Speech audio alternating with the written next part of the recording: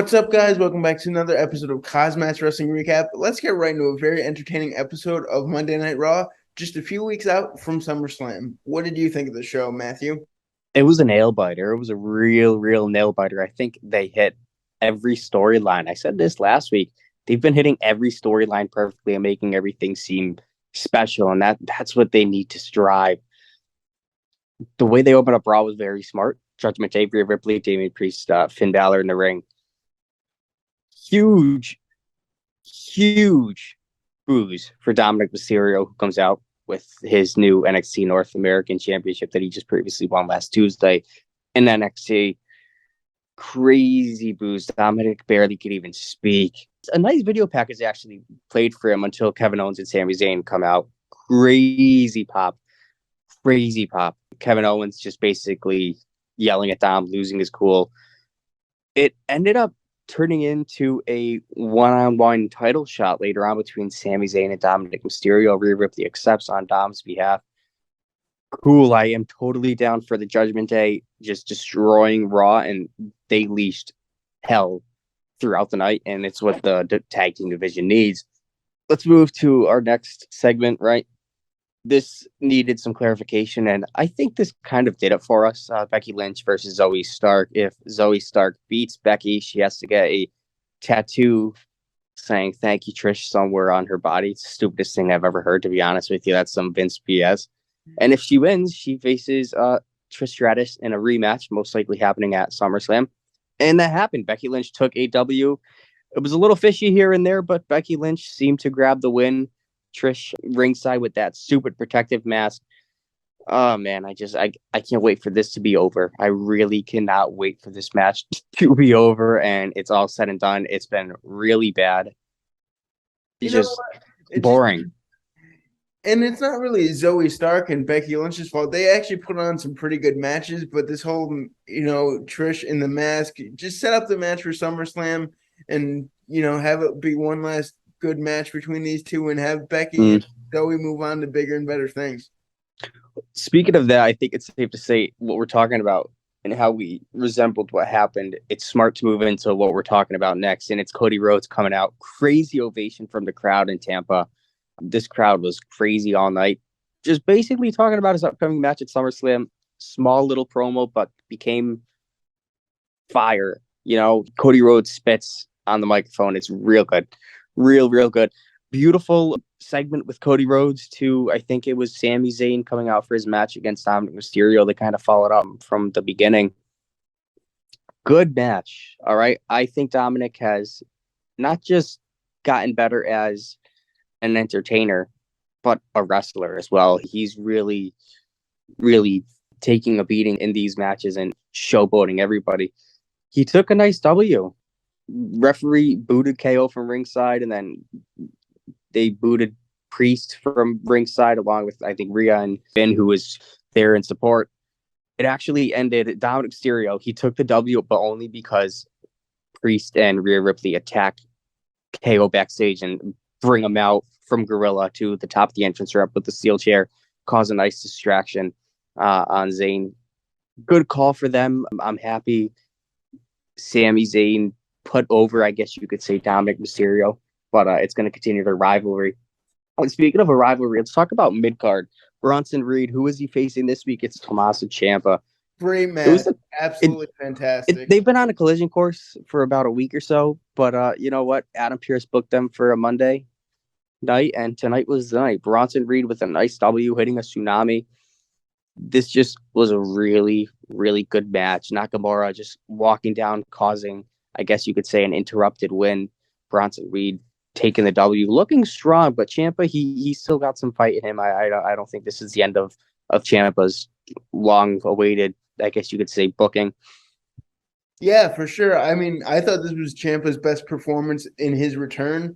Great back and forth match. I wouldn't mind seeing them run this back, and it looks like they're setting up a feud with Tommaso Ciampa and Shinsuke Nakamura. So I'm here. I think so. That's going to be a really good match, and I think that's a smart advocate to have him face on his return.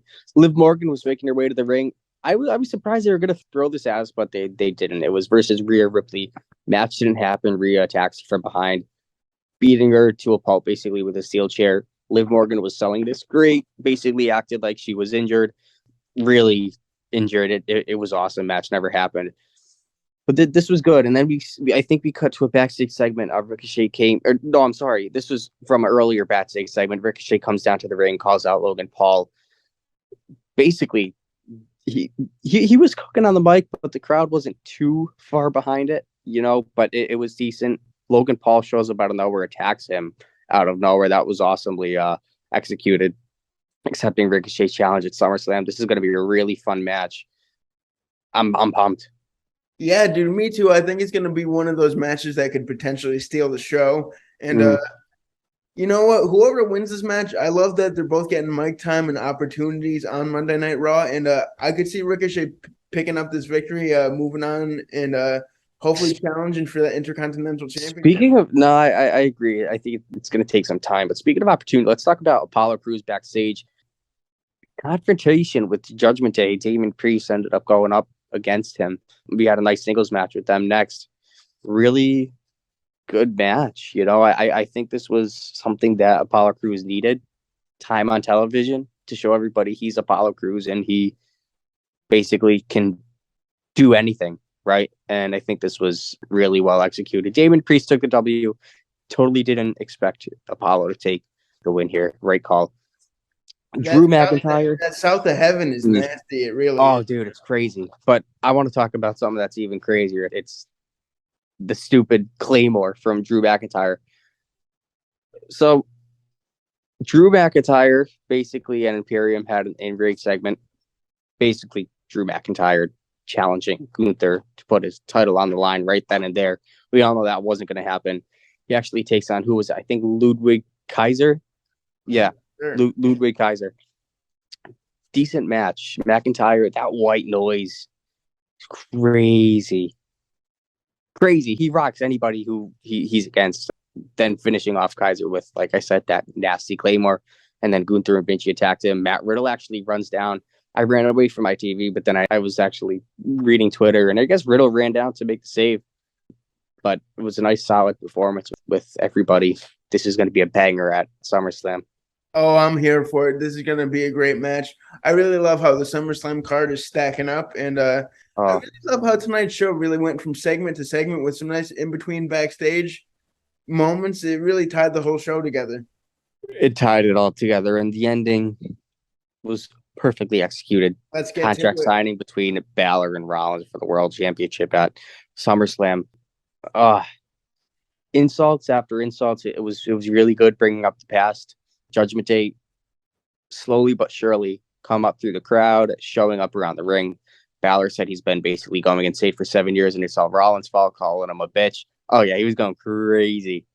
This is going to be, oh, man, you were going, what? You scared me for a second. I forgot my camera was on. Oh, boy. The face you just made.